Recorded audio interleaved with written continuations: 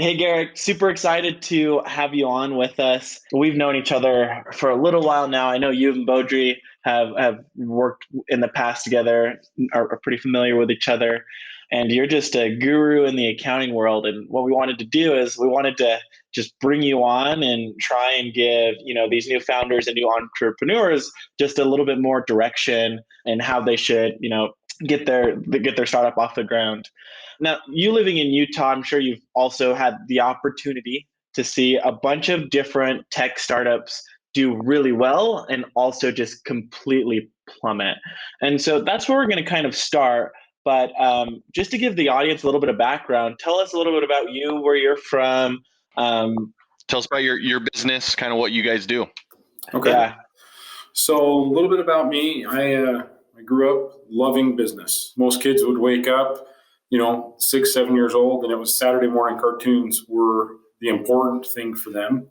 And I was just, couldn't wait to get up because my dad had his business meetings Saturday morning at 6, 7 o'clock in the morning. And so that's kind of what started it. He's been in business my whole life.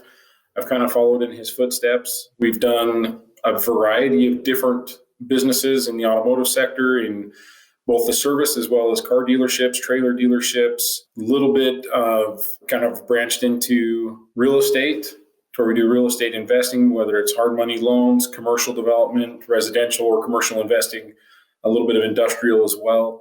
That's kind of what drew me to accounting. Actually, it wasn't necessarily that I like being an accountant. It's that I love business. Oh, thank God. Who loves accounting?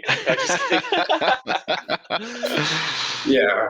So I ended up getting my master's in taxation, not because I ever wanted to be an accountant or a tax person, but because I wanted to be a business person. And we all know that the single largest expense in a business is, generally speaking, your taxes, especially when you factor in your sales tax. It could take up to 50% of your business income. And ouch. Well, So I should crazy. say, without proper strategy and planning, Yeah. it could, right? I was pretty blessed to take the Masters of Tax program that I did. It was taught by 3 tax attorneys. And so we didn't focus a lot on tax prep, but we focused a lot on tax planning, specifically entity planning. And a lot of people, especially new business owners, they don't understand that there is a very powerful difference between entity structures, entity types, and what that really means. It seems like anymore, the default is just getting an LLC, right? LLCs are great. They're incredibly flexible. We can do a lot with them. But because they're so flexible, there's a lot of confusion, right? So the 3 of us may have an individual LLC. All 3 of us could have our LLCs taxed differently than the others, which directly affects what we can and can't do. That makes a lot of sense. And I think what we do is a little bit later, we even kind of dive into, different things to look out for, maybe even talking about, what structures maybe specific businesses should go. Okay. But I think, going back to just like the original question is, in Utah, there's probably a new tech company that starts up probably every day. Right. Probably a couple of months at least, right? Like Utah is just such a tech bubble. I mean, it's not uncommon to hear that, a lot of them fail.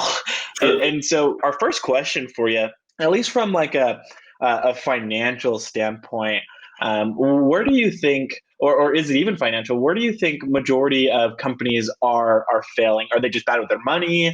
Do they just bring on employees too early? Are they just investing in the wrong things? Where do tech companies typically go wrong in the beginning? That's a good question. And I think it definitely depends on how that tech company is trying to start. Is it starting in its basement while it, as a side gig? Is it trying to go out and get seed money, a couple of $1 million of investor seed money to grow it? That kind of thing obviously changes how things should be or shouldn't be. If you're doing it in your basement, hypergrowth. Pardon? Oh, good old hypergrowth for the win. Well, and if you're doing it in your basement, you have a little bit more flexibility on how diligent you're doing with your finances, right? Because it's more of a hopeful thing versus this has to work, right? It's not a requirement. Whereas you get a couple $1 million in seed money and all of a sudden it's serious, right? Yeah. And I think whether we're talking the tech or any business, I'm maybe a little biased, but I feel like the ultimate success or failure of a business does hinge on the relationship, the focus on the financial aspect. You have the best idea in the world. If you don't have the financial focus and strength to bring it to market, you'll fail. This isn't exactly about finance, but it's kind of about communication. So you guys may know, so Xerox had their think tank in the San Jose, California area. It didn't communicate with the rest of Xerox. When Xerox ended up basically all but going under, they started selling off that think tank. And I can't remember the name of the think tank right off the top of my head, but in there, they had found that they had already developed essentially the prototype of the internet. They had developed things like the multi-purpose fax machine decades before it had hit market. But nobody was watching to see what, and I think it is finance related because they spent money on those developments. They didn't care enough about the ROI, and they didn't communicate what products they had, to get it to market. Things that could have put Xerox ahead of its time, 30 years or so, being able to capture or maintain its market segment. To go like what number one thing is the hinge factor of what a successful tech startup or any startup, I think finance has to be it. Yeah, no, that makes a lot of sense. And I mean, just kind of like you said, generally as a business owner, I think, being financially smart is important. And that leads into our next question is how can not just being good with finance help a company, but also just general accounting? Because I mean, there's got to be good accounting and bad accounting. And like you said, and even in the past when we've worked with you, it's not so much how much are you spending, but more of like a lot of our dialogue is how should we be spending? And you even do just a lot of strategy with us. So are there things that, entrepreneurs should know when like picking out an accountant versus like one that's good, one that's bad, or whether they're making like the right choices and what products to pursue? Yeah, absolutely. So picking out an accountant, I would encourage everyone to go and interview several different accountants, right? Mm-hmm. And make sure that their philosophy meshes with your philosophy. I can tell you that if you're an individual that just needs an accountant to do their taxes, you're going to need a very different accountant than if you're a small business owner or if you're a tech company that wants to go public, right? Yeah. To be 100% transparent, I'm probably not a great accountant to have on the team to go public. Yeah. But if you want to run the small business and, I think our number is roughly if there's 15 million in sales or less, we can do a fantastic job. Anything more than that, we need to start looking for a firm or an accountant that specializes in that type of world, right? And I think that kind of goes into it a little bit too. Find one that specializes in what you're looking for. It's a little frustrating actually, because most small and medium-sized business owners, they need their accountant to be their advisor, to be that sounding board to, hey, we're facing this, we're facing that. And yet most accountants work for somebody else, right? And it's kind of the same thing with financial advisors. Some of them are incredibly talented and very sharp. But if they're getting paid a W-2 wage, they're giving you a sales product that they're not really using themselves, right? I mean, maybe they're taking advantage of the IRA or the 401k that their brokerage might offer. But same thing with, an accountant. I would try to find one that has some business operational experience if you're going to need him to have or her to have that business operational experience for your business. I think that a really important quality is to have a team behind it. A team full of bees is going to be the single A all-star all the time because we can each specialize in our own areas of expertise. So one thing that we try to do, you mentioned that I work with you guys on strategy and looking at different aspects. That's because that's what I love. The second you get me into the detail of QuickBooks and, this was this, that was that, and what settings goofing us up, I hate that. And so, but That's why we have people on the team that love it. And yet, if Yeah. you sat them down for a strategy conversation, they'd fall asleep, right? And so I would probably look for, instead of a accountant, I would look for in a firm that has a good team that can, support you in the direction that you want to take your business. Yeah. Let's I was going to say, Austin, let's talk about a little bit of strategy and why that's so important in an early business, right? Because obviously finances and controlling finances is very important, but I would say a lot of our conversations we've had with you has been strategy and going the right direction and getting on the right foot.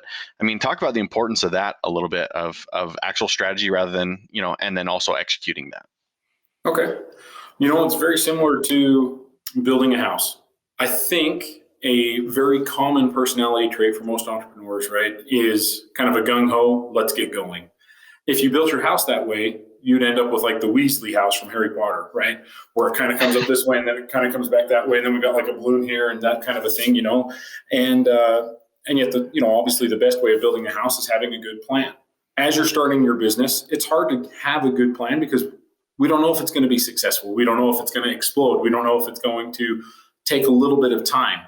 It's okay to have multiple plans as long as in the end they're both or all pointing in the same direction, right? I think a lot of us, we pigeonhole ourselves so early on into this is the kind of business I'm going to have. When, a great pivot now and again makes a ton of sense. So you take, and I know it's a little bit of a cliche, but Henry Ford, talked about trying to bring an idea to market. And he talked about if he would have given people what they wanted, he would have got a faster horse instead of the car, right? And good point. So strategy is going to help you, or it should help you, kind of decide if we're looking for that faster horse, if we're looking for that car, and what steps do we need to take to get to either of those. And then let the market kind of play that out. So that goes into like a good next thing. And like in terms of strategy, finances, I mean, a lot of, people that listen to this are probably going to be people with some sort of idea, and it's going to be like their little side hustle. And eventually they're going to want to move into that like full time. So like even when I started Strides, I had my full-time job. I was basically working like 80 hours a week. I was trying to make enough money between my current job, freelancing, and then my side hustle to between my freelancing and current job, trying to pay for all of the expenses of the new business, like salaries, different things. And obviously it ended up working out super well, but that takes a lot of work and a lot of time. And it was a long time before I was able to kind of jump all in.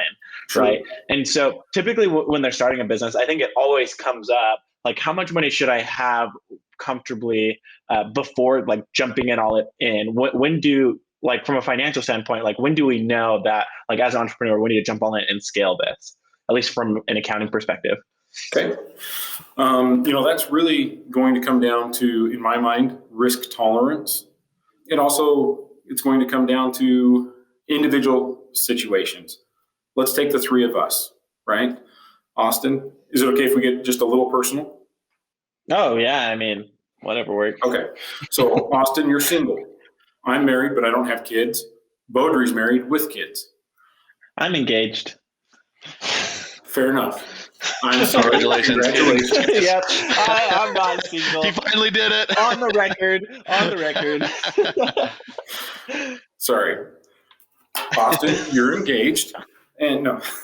So, but all three of us, even though, we're all similar in age, we're in very different situations. Just off the cuff, I would say that Beaudry needs to be the least risk tolerant because his children would pay the price of his choice, for better or worse. My wife has a really great job, so I could take a lot more risk. I did the side hustle thing for several years myself, and it's tough. But it's paid off pretty well. We've been able to get multiple rentals and things that we were doing on the side hustle, and then ended up making the side hustle the full-time thing because I didn't need a paycheck. The point that you could comfortably jump all in is when your side hustle is regularly covering your fixed cost. Now that's probably going to be a little bit more risk adverse than a lot of entrepreneurs are going to want to be, right? Yeah. I don't know. It's actually, have you guys read Adam Grant's The Originals or listened to I have it? not. Mm-mm. I haven't. It's a pretty good book. In there, it kind of goes into a little bit of, everybody thinks that an entrepreneur is incredibly risk tolerant, that they're okay with risk, that they're okay with rolling the dice and moving on. And they've done countless studies, and that's actually not the case. On average, most entrepreneurs are more risk adverse than most people, except in a very few key situations, and then they're all in. Mm-hmm. And so, kind of interesting that way. No, that makes a ton of sense. I would not say I'm a person who is big on taking risks at all. I just know when to capitalize and to pounce on the opportunity, and when to go all in. I hate risk. Nobody wants to go in and do something that's not going to work, right? Yeah. So, I mean, it's super funny. Like, I don't know what I was listening to, but somebody was saying something along the lines of, "Oh, you're an entrepreneur. Like, that's such a big risk, or that's super scary." And it's like, no, I mean, it's not risky. I wouldn't do something that wasn't going to work or wasn't going to have some sort of like financial payoff. Or this isn't just like me being like, I'm going to sell lemonade on the street. Like, I've actually got a plan. If anything, I'm creating less risk for myself, because then I can't ever get fired. Right. No. So I think that's a great point, Austin. You talk with a lot of people, and you think it's okay to talk about our former employer, Beaudry? Yeah, that's fine. Okay. So I think that's a great point, Austin, because a lot of people, they get these jobs and they think that because they're not the owner, or they don't have very much invested, so to speak, that they're safe, that they're secure. And yet at the first sign of a hiccup, right, chances are they're not. My father-in-law is a fairly high up person in Adobe, and Adobe preaches like crazy that it's about the person and about the team and about longevity and yada, yada, yada. Every February, they have a meeting where they have to evaluate their team and cut people. So that's so crazy. How safe and secure is that? Like you said, things are going to have to get pretty bad before I'm fired, like real bad, And like my job title may change a little bit, but I guarantee I'm one of the last people out the door. And Beaudry and I, we used to work for a company there in Silicon Slopes, and it was fascinating to me because we ended up going through a round of layoffs late March, and there were 70 plus accountants there. Accountants profess to be financial people. There were another 70 or maybe 100 engineers, you think, Beaudry? Yeah, people there was making like very good money. Yep. Mid 150 range ish. Anyway, at this time, which in Utah is a pretty good wage, right? Mm-hmm. Maybe you're not buying a Boeing business jet or anything like that, but you're living well. And anyway, you watched all of these people who came to work that morning thinking, I'm secure, I'm safe. And half those people got let go. And the other half were bawling. It's so crazy. I was there. Yeah, I lost 90% of my department. 90%. There's only 6 of us left. It was wild. And it all comes down to those financial decisions, right? I think it does. Yeah. So let's talk about like the financial decisions and like, raising money. It's like that piece of things. And so, I mean, hypergrowth is a conversation in and of itself, which, if something goes wrong, obviously like hypergrowth increases the chance of probably mass layoffs. I think we can probably all agree with that. Sure. But what do investors, want to see, like at least on paper, from an accounting and finance like portfolio, or not portfolio, but from an accounting and financial perspective? Sure. So it's going to depend on the type of investors that you're working with, right? The more sophisticated are going to want one set of things, and so, but I think it boils down to a few things. Obviously, right off the bat, they're going to want to see how they're going to get paid back. Yeah. Remember, they're called investors, not charities. Even most charities want to be paid back. And so the easier that you can show them that they're going to get a return, a good return, a safe, if you will, return, Another, the easier you are going to be able to raise money. Interestingly enough, it's fascinating talking to people, even people that you would consider to be good business people or savvy investors. A lot of times they'll jump over themselves to get a flat 5% return. Well, when you take into account inflation or something like that, that's more of a 2% return. Obviously, the easier you can show them how they're going to make their money back, what kind of potential there is, and obviously the cleaner your books are, the more experience you have, the more competency you have as a manager or as whatever role you're supposed to be, whether that's a founder, whether that's project manager, whether that's, fill in the blank.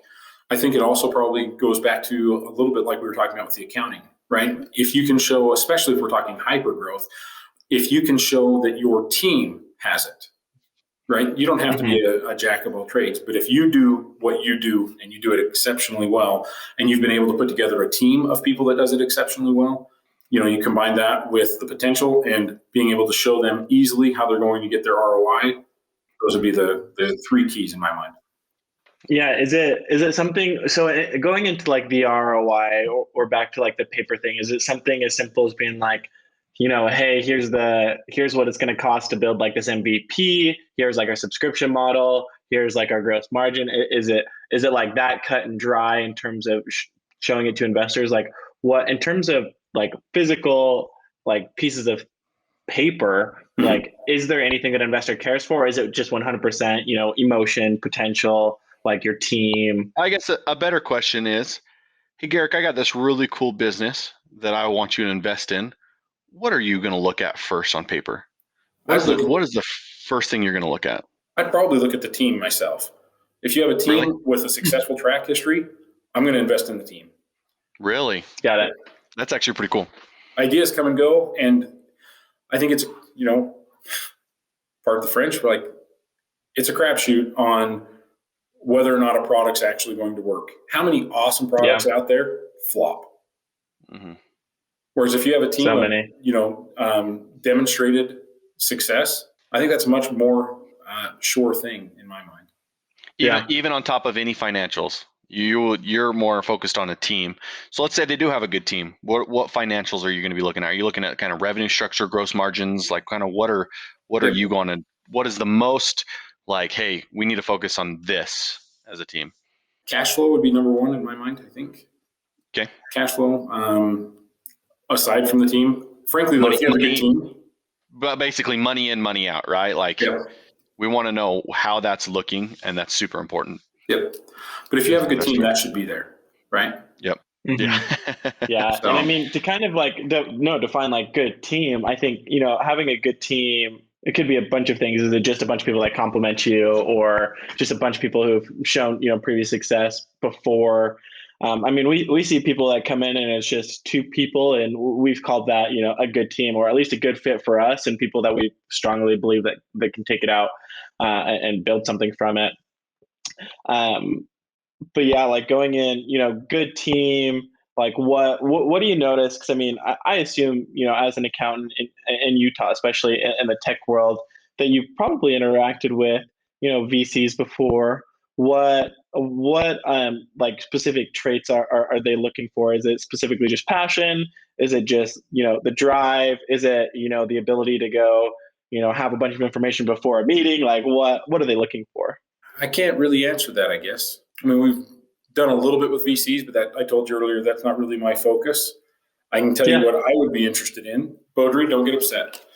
With the proper skill set, anybody can be a good salesman. And so somebody just teasing, kind of. But just because they can talk in front of the meeting well, I want to see proof, right? And so like you said, is it getting the information together in front of the, before the meeting and displaying it well? Sure, that's a component of it, but I would like to see the proof. Yeah. I'd much rather somebody up there stuttering like crazy saying that he knows how to recreate the Hope Diamond than somebody who can that's articulate and smooth and has a picture of it. Can sell you a sham wow, right? That's what's important. As far as, what I think makes a great team, I think that what you talked about as far as people complementing the skill sets. If you have a team of echo chambers, that's not a good team, even if they're the best, right? You take 11 Tom Brady's, they're going to lose. Are they? Are they going to lose? I think so. He's not very fast. You're right. So, but a team that complements each other, different skill sets. I think 3 of us make a pretty good team because we all come from very different backgrounds and we complement each other, where we can look at things in 3 directions, right? Yeah. So one thing, Garrick, is I mean, this is for the listeners, right? If you're listening to this podcast, you're probably in a point where you have an idea or business idea and you want to bring it to market, but you're looking for a direction, right? Specifically in tech and app development, things like that. That's the whole purpose of this. But finance is such an overwhelming thing for a lot of people, right? They don't. I mean, I took accounting, right? I took a pretty high level accounting classes, and they were awful. But dude, it's a shit show. I hated accounting. Don't ask me ever to take it. I dropped out. I was like, fuck this. Like, no way. So it's funny. I took the accounting 101 3 times, and I withdrew once, got a D, and then got an A-, all because I went from an accountant to a teacher, right? Who's able to teach it. But there is so much there. And then you move into another side of accounting, which is accounting 202, which is decision making with those numbers, right? And so as a business owner who doesn't have a lot of accounting experience or doesn't know what to do, what advice do you give them? Like, I'm here, I have this idea, I'm ready to take it to market, but I am so scared of the financial accounting side of it. As an accountant, as a business owner, as a strategic accountant, what advice do you want to give me? 2 things. I would get to work on building your team. And it doesn't have to be a team that you're paying, right? All of us, especially if you're thinking of going into business for yourself, you need to develop your board of advisors. You take a look at any of the largest CEOs out there. They don't fly by themselves. They have a team behind them. Now, your team may consist of a couple of buddies and your mom and dad, may consist of your wife or your husband, may consist of, and it will evolve over time. Do you need an estate planning attorney when you're just starting out? Probably not, but they should probably have a seat at the table in the, if things go well. Accounting intimidates people, and yet it really shouldn't. I think we freak ourselves out before they ever get to the fight, right? Frankly, accounting is using the math that we've all been using since the 2nd or 3rd grade. It's add this, minus this. If we're getting crazy, we're going to multiply by a percentage. Nothing extreme. One other nice thing about accounting is that in any part of accounting, you can extrapolate to the extreme or to the very, very basic. And the concepts will clarify themselves instantly. As a quick example, the balance sheet can be really, really complex. Balance sheet's one of the financial statements that it's your overall scorecard. It starts from the second you start in business and it goes until you close the business down. The balance sheet scares people. And yet anyone who's looked at buying anything that they had to get a loan for could build a balance sheet. An example that we use all the time is a home. You buy a $300,000 house, you put $10,000 down. On the balance sheet, you have a $300,000 asset, $10,000 of equity, $290,000 loan. A 3rd grader can do balances. It balances. Crazy. And that formula in accounting, assets equals liabilities plus equity, is the basis of all accounting. And, we can get caught up into the details so much that it gets confusing. You can take somebody who's been in accounting for 40 years and confuse the crap out of them when you get into the minutia. Take a step back, blow it up, throw some zeros behind there, and all of a sudden you're not dealing with a dollar, because a dollar can be confusing. Okay, if I have $100 million, now what? Where should this go? 99 times out of 100, it'll clarify itself in a second. I also wouldn't be afraid to ask questions. Get that person on your team that whether they're a real accountant, whether they're a finance person, whether they're, somebody who's got a little more accounting experience, whatever the case may be, ask questions and talk about it. There are married couples that don't talk about their finances because it's so personal. If you have that kind of relationship with your accountant, do both of you a favor and fire them. Go find somebody else that you can be 100% honest with. If they make you feel judged or stupid, or, we've had clients come in that say, my old accountant would yell at me. If they're yelling at you, leave. That is not the type of person you need on your team, And so, I don't know if I love a good shouting match. Just kidding. I'm all about a healthy debate, but if somebody's belittling you, you don't need that kind of relationship, especially on something that's as important as this. Well, and Garrick, I think you make a great point. I think that we freak ourselves out before we get to the fight when it comes to financial advice. And so those who are listening, I think that's such good direction and advice that Garrick has given. Like, listen, don't overthink this. Don't complicate it. And I think the reason why is because finance will make or break a business. If you have enough finances to make your company grow big, like for example, I know that my business partner Austin here, he's wanting to chuck 50, tons of money at marketing every single month because he's like, I want to grow. But at the same time, sometimes it's strategic. We want to make sure we do it the right way. And so, to be able to say, hey, let's simplify this and let's talk about it and talk with somebody that you're comfortable with and get them on your team is so important. And it's funny, I didn't know that this conversation was going to go to kind of a more of a, I thought it was going to be like, hey, these are the kind of type of financials you're going to want to have. These are the kind of directions you're going to want to look at. Green is good, red is bad, right? Those are important, but having a good team and having a board of mentors is really, really important. Especially even if you listen, you're sitting with your idea right now, and you're thinking, man, what do I need to do? Go find some people and ask them and talk to them, and find someone who might know accounting, things like that, right? Like, don't freak yourself out in this moment in your life, right? It is a big step. Finances will or make or break your company. But if you're smart about it and you have a good team, I think, isn't that kind of what you're saying, Garrick, is probably your biggest asset? Absolutely. Sorry if I got I shouldn't have said asset. People aren't assets in the balance sheet here, but you know what I mean. Yeah. This conversation has definitely got a lot different. And I still think there's just like one, like, I feel like me and maybe the listeners, there is like this one dying question. And I don't know that there's going to be an answer to it, but when someone has a good idea, it's like, what should the first step be in terms of building out like their financial plan? Like, obviously the first step should be to find a good team, right? But like when building revenue models and really trying to, I don't know, increase like, margins and different things. Because at some point you're going to have to build those. You're going to have to be able to take those into investors and be like, hey, like this is our revenue model. This is how much we want to charge. And by this point, a lot of people may or may not be familiar with how much development costs are or how much it's going to cost to have this team.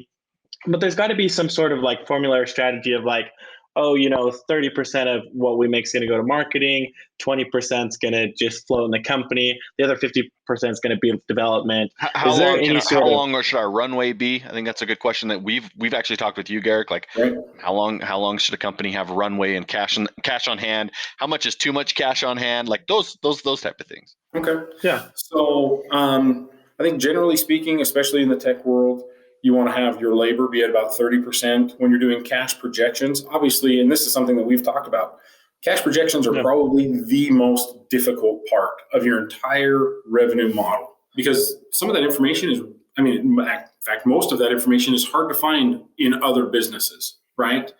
And so I would find somebody that, and I'll be honest, I don't think that your accountant is the one that you should talk to about this next piece, but I would find somebody who understands the demand for your product and can help you determine if there is actually a demand and how strong that demand is, right? Because that's going to be what actually... You're talking like market validation? Yeah, that's exactly right.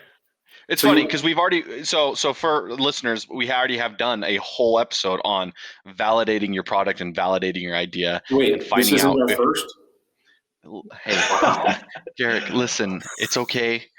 But it's funny, every podcast, I'm not telling you how many we've had before you, but every single one of our podcasts and every single one of our guests, the number one thing that they have all talked about is what you had just said. And honestly, it might not be the best to have an accountant, but to market validate what you are getting, right? And finding out what the demand is for it. Who is your customer? Like those are all different. Those are all been very clear. Like, listen, you're right. And it's funny that you just validated all of that again for us as well. So, the second that you have your market validation, all of a sudden your revenue projections become very, very simple. Right? If I know that I have a market for 100 widgets that I can sell at $7, anybody can do, anybody with a smartphone anymore can do 100 times 7, right? Like we're just not talking serious math. Once again, pretty basic math. We just came out with our gross revenue projection. And then we go off of percentages from there. And these percentages, they'll fluctuate a little bit, right? If you're doing it out of the basement and you're your employee, you probably don't need that 30% labor figure. And yet if you're trying to develop a team or you want contractors, 35% is kind of what you're expecting there. I think, especially in the growth phase of your business, you're obviously going to have a much higher marketing budget because you're trying to grow. Spend it all. As far as runway, again, that comes down to your risk tolerance. I personally don't like to have less than about a 4 to 5, maybe even a 6-month runway. Much more than that, I think there's better use for cash out there. You look at the stock market and how they evaluate businesses, whether they're a tech business or not. If they have excessive amounts of cash on hand that they're not using, they're just keeping it in a rainy day under the mattress type fund, it actually hurts their shares, right? Their price tanks because that money isn't being used. You have an asset that is slowing the business down, not buoying the business up. Same thing with our small businesses. If we have excessive amounts of cash in the bank account, are we so insecure about our management that we can't invest intelligently? And when we say invest, there's a million different ways to invest that's still fairly liquid. Generally speaking, though it may feel differently at times, but generally speaking, you're not going to have a $50,000 to $100,000 expense hit you that you have to pay this afternoon. If you have 3 or 4 days, you can get your money out of just about anything else. And so that goes into like your runway calculation.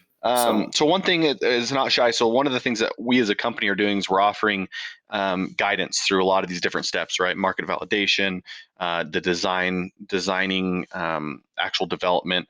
And so what should our customers expect? So let's say they have an idea, they want to be able to strategy and accounting. What would a meeting like that expect from you? If we had a client who's like, listen, I have this idea, I want to bring it to market. How would you start that conversation, and what would their experience be on the accounting side of things? On the accounting side, just kind of fill out how comfortable they are, what they would like to do on their accounting, if they want to do a lot of it themselves, if they want help.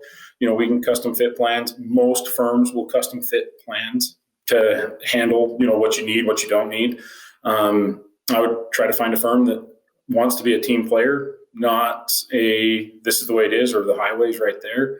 I cannot, again, going back to what we talked about at the beginning, I cannot overstate the importance of making sure that you have a clear vision of where you think the business will go, and make sure that you have an entity structure strong enough. And well, Garrick, let's say I bring someone in and they meet. So let's say we meet as a team with them, and they don't have a clear picture. Is that something you're going to help them have? Yeah. Well, when they get done with their meeting from you, are they going to be like, "Oh man, this is exactly okay, perfect"? Yeah. I think that we can help clarify a lot. And thankfully, with your entity structure, while it's very important, we do have a lot of flexibility, and we can have an entity structure that grows as the business grows. And so the one thing that I would be a little cautious of, right, is trying to do everything on your own. So as far as help clarifying the picture forward, help clarifying what they need, what they don't need as they start their business. Yes. Do they need an EIN? Do they not? Do they actually need an LLC? Maybe they don't, right? I think a lot of But you can consult with them and tell them if they do or not, right? Those are those questions. That's what you're going to walk them through. Absolutely. And you're going to help kind of strategy. And honestly, it sounds like you've done it a ton. You did it for us, right? So It makes sense. No, absolutely. Yeah. Kind of evaluate whether or not an entity is actually going to help or hurt, right? So absolutely. Yeah. Aside of people just, hating money and hating to talk about money. I love money. And getting more comfortable with those conversations. Okay. What's going to be your big piece of advice for these founders or entrepreneurs out there who are starting these tech companies or their business? What's one just really big takeaway that you just need all of them to have? And you can take a second to think about it. But we want that gym, right?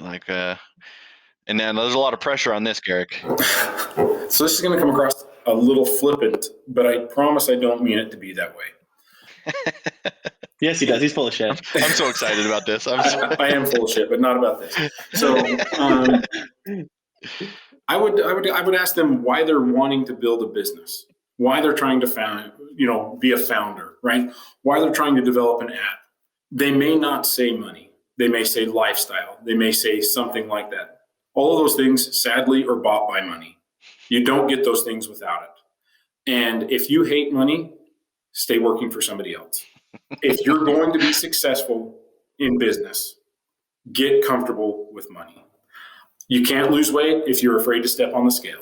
Same thing in this case. And if I stood up, you'd know that I'm afraid to step on the scale. So, but anyway. Me too. I just can't overstate the importance of getting over that fear or that frustration. I know that there are some people out there. My wife's one of them. If actually she wasn't one, I probably doubt that they existed, but she'd go to work whether they paid her or not. I know that there are people that want to develop something for the goodness of humanity. Mm-hmm. I sincerely take my hat off to them. The other 99% are doing it for some type of value. Now, whether that's money or something else, but you've got to get comfortable with it. You've got to learn about it. Most importantly, you should never feel foolish that you may not know everything there is to know about money. If anybody tells you they know everything there is to know about money, call them bullshitters and move on. Right? That's just Yep. They're just trying to sell you something at that point. Yes, they are. Well, Garrick, how do we find you? Tell us a little bit about where can we find you, your website, LinkedIn? What's the best way to reach out for our listeners? Definitely on LinkedIn. Our website is redrocktax.com. We're based in Southern Utah and Arizona, but we have clients throughout the United States. We don't do any international work, but if push came to shove, I'm sure we could figure it out. You could add someone to that team, right? That's right. So we do have, as corny as it may sound, we have a phenomenal team. We've got some pretty strong players in several different aspects. And thankfully, we have a culture that instead of feeling like it's a negative to ask for some help and some guidance, it's a positive. And I've been pretty fortunate in that respect.